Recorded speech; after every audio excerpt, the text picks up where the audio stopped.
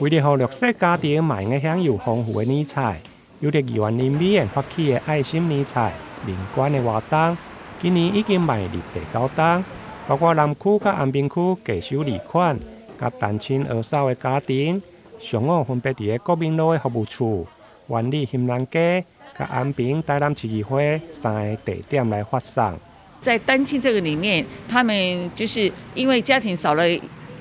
一方的话，只有单方的话，事实上都会比较辛苦一点。那在工作的时候又很繁忙，那到了就是除夕夜又必须要准备年菜，所以刚开始的出发点就是说，如何准备一个就是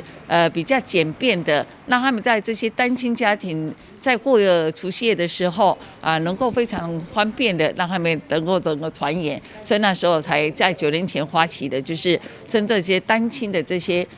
家庭里面发放年菜啦。那这个年菜非常简单，就是一道就是已经冷冻的这些鸡哈，那你就把它加热，然后加一些蔬菜啦，加一些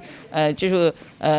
火锅料啦等等啦，加上一些很多人喜欢吃的东西进去，它马上就成为一个热腾腾的一个除夕夜非常好的火锅底哈，所以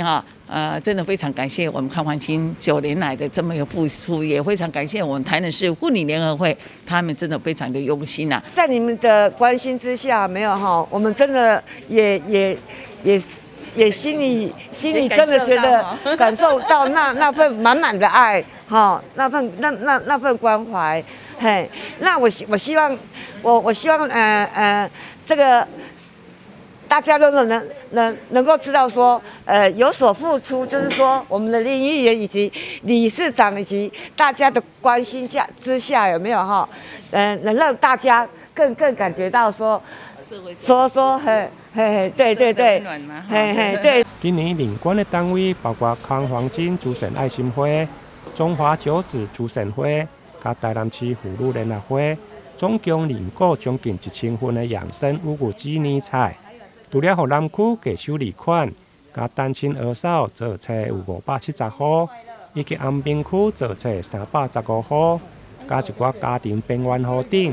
上午社会局主任秘书李彦宇嘛特别前来服务处颁发感谢状，感谢社会团体的用心甲关怀。台南新闻林根采访报道。